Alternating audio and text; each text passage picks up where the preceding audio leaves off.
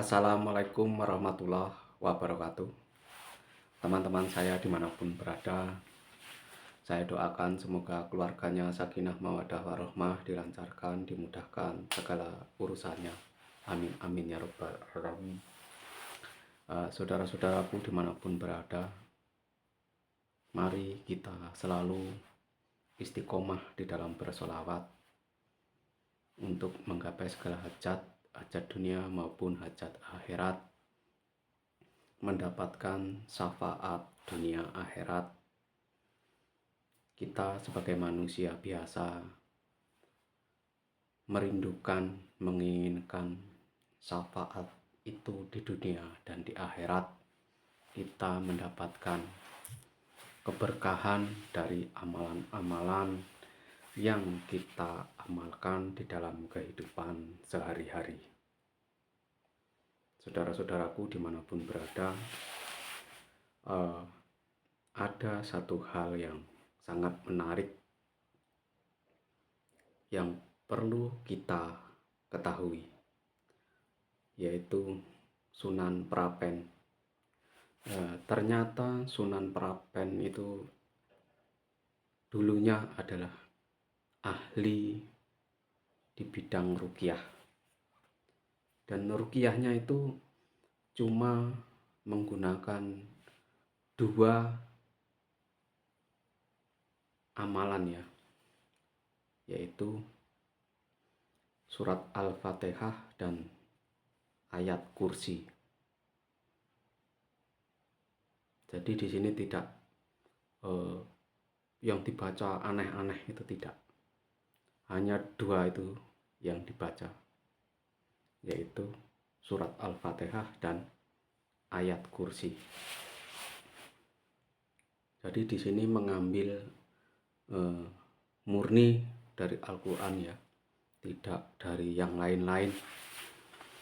Sini hanya dua tapi mumpuni ya, mumpuni.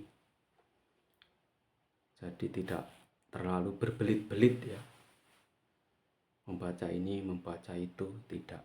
Cuma dua ini sudah sangat manjur ya, yaitu Sunan Prapen. Sunan Prapen ini masih keturunan Sunan Giri ya, masih turun temurunnya Sunan Giri, yaitu surat Al-Fatihahnya itu dibaca 100 kali dan ayat kursinya 33 kali ya.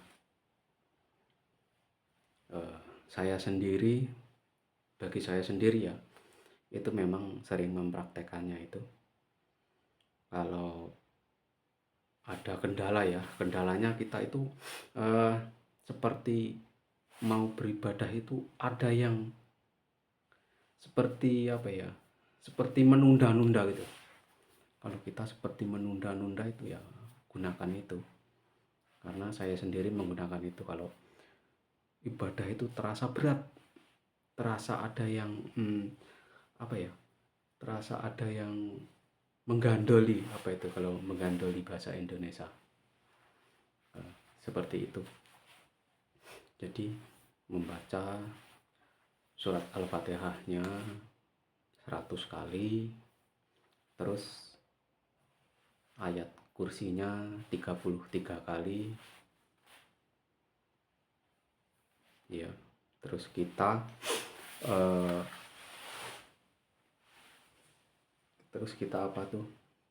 sebulkan ke aqua ya, kita sebulkan ke aqua.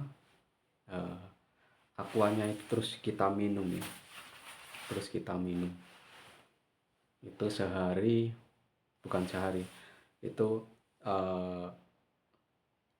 satu minggunya itu 3 kali buat ya, 3 kali buat. Jadi bila saudara-saudaraku masih ada yang beribadah malas, beribadah ada rasa berat, coba ruqyah dengan banyu doa tadi, dengan air doa, pakai air aqua ya, pakai air aqua. Insya Allah dalam 1 minggu sudah bersih ya, sudah bersih aura-aura negatif yang menghambat kita itu malas di dalam beribadah ya. Maka praktekkanlah supaya ibadah kita tekun ya, ibadah kita tekun, terus puasa kita tekun, dan apapun kita tekun. Ini memang agak berat ya, kalau yang masih awam-awam mungkin berat. Beratnya begini, biasanya ya, apa yang ada dalam diri kita negatif-negatif itu memberontak ya. Kadang kita sudah tahu, sudah diberitahu caranya, kita sudah mengerti, tapi ada rasa malas untuk melakukannya, ada rasa malas untuk melakukan ruqyah diri sendiri ya. Terkadang ada bisikan di dalam hati, alah udahlah, nggak usah membuat, untuk apa. Itu biasanya bisikan-bisikan yang supaya kita itu tidak melakukan ruqyah mandiri ya. Sebenarnya banyak ruqyah mandiri itu ya, untuk pribadi saya. Tapi kalau yang khusus ini memang yang khusus, yang bukan surat Al-Fatihah dan ayat kursi, yang bukan ini, itu memang ada lagi, tapi saya belum mendapatkan izin ya untuk di-share ke media sosial, ke YouTube. Jadi saya belum berani. Itu juga lebih cepat, tapi ya biasanya 28 hari ya untuk meruqyah diri sendiri. Itu 28 hari 28 hari, insya Allah apapun akan hilang. Walaupun itu raja jin pun pasti hilang di dalam tubuh kita, itu pasti. Apapun pasti hilang di dalam diri kita. Tapi ya itu tadi, untuk pribadi saya belum mendapatkan izin kalau yang ini, karena guru saya banyak ya. Untuk saat ini saya hitung aja di dalam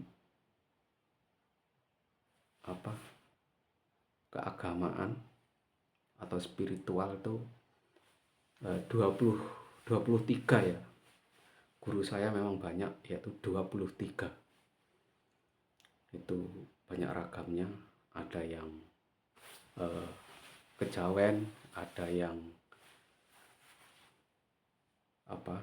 Islam murni, ada yang abangan ya, tapi kalau yang hitam nggak ada. Jadi di satu sisi ada yang sudah memperbolehkan untuk diturunkan, dan ada yang belum boleh. Jadi sebelum saya bicara lebih banyak tentang ini tuh, saya izin dulu ya, apakah boleh disiarkan. Kalau belum boleh ya saya tidak berani. Kalau yang sudah boleh ya saya berani. Ada guru saya yang memberi langsung, silakan ini share ke media seluruhnya, gitu. Ada juga. Tapi karena saya kan belum semuanya saya lakoni ya, lakonnya itu belum saya lakoni atau saya amalkan. Jadi saya nggak berani memberikan, karena apa, ibarat kata itu apa ya, jarkoni, iso ngomongi ora iso nglakoni. Jadi belum dilakoni sudah diberikan ke orang lain itu tidak boleh ya. Namanya sanaknya itu nggak kesambung ya. Sanaknya nggak kesambung. Kalau saya lakoni saya sendiri, terus saya berikan ke orang lain baru. Nah, itu banyak sebenarnya. Mungkin kalau di apa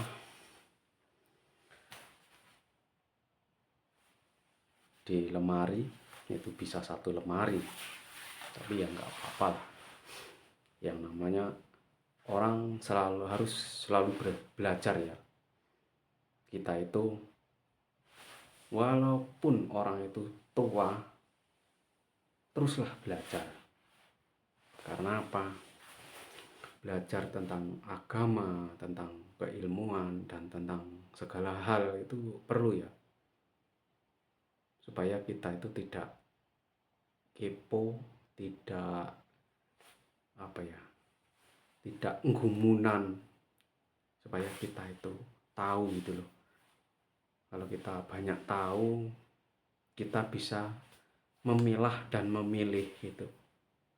Kita bisa memilah dan memilih mana yang baik, mana yang buruk, mana yang salah, mana yang benar, kan gitu. Bisa memilah dan memilih, kan gitu. Jadi saudara-saudaraku dimanapun berada, kita itu jangan mudah terprovokasi. Apalagi YouTube besar sekarang. YouTube besar itu memang banyak sekali di-endorse oleh politikus ya, yang dari oposisi maupun yang dari pemerintah. Kalau YouTuber besar itu yang jelek-jelekin pemerintah itu positif, dia dari di-endorse oleh oposisi. Kalau yang memperjelekan oposisi pasti di-endorse oleh kubu sebelah. Itu pasti itu memang dibolehkan lah. Jadi namanya menggiring opini supaya yang tidak benar bisa menjadi benar karena digiring opini tadi ya. Jadi kita sebagai manusia harus bisa memilah dan memilih ya, mana yang benar, mana yang salah. Karena zaman sekarang itu sangat sulit ya membedakan mana yang benar dan mana yang salah kalau kita tidak teliti. Saudara-saudaraku dimanapun berada, mari kita terus istiqomah di dalam bersalawat untuk menggapai segala hajat dunia maupun hajat akhirat. Terima kasih sudah menonton video saya ucapkan Assalamualaikum warahmatullahi wabarakatuh.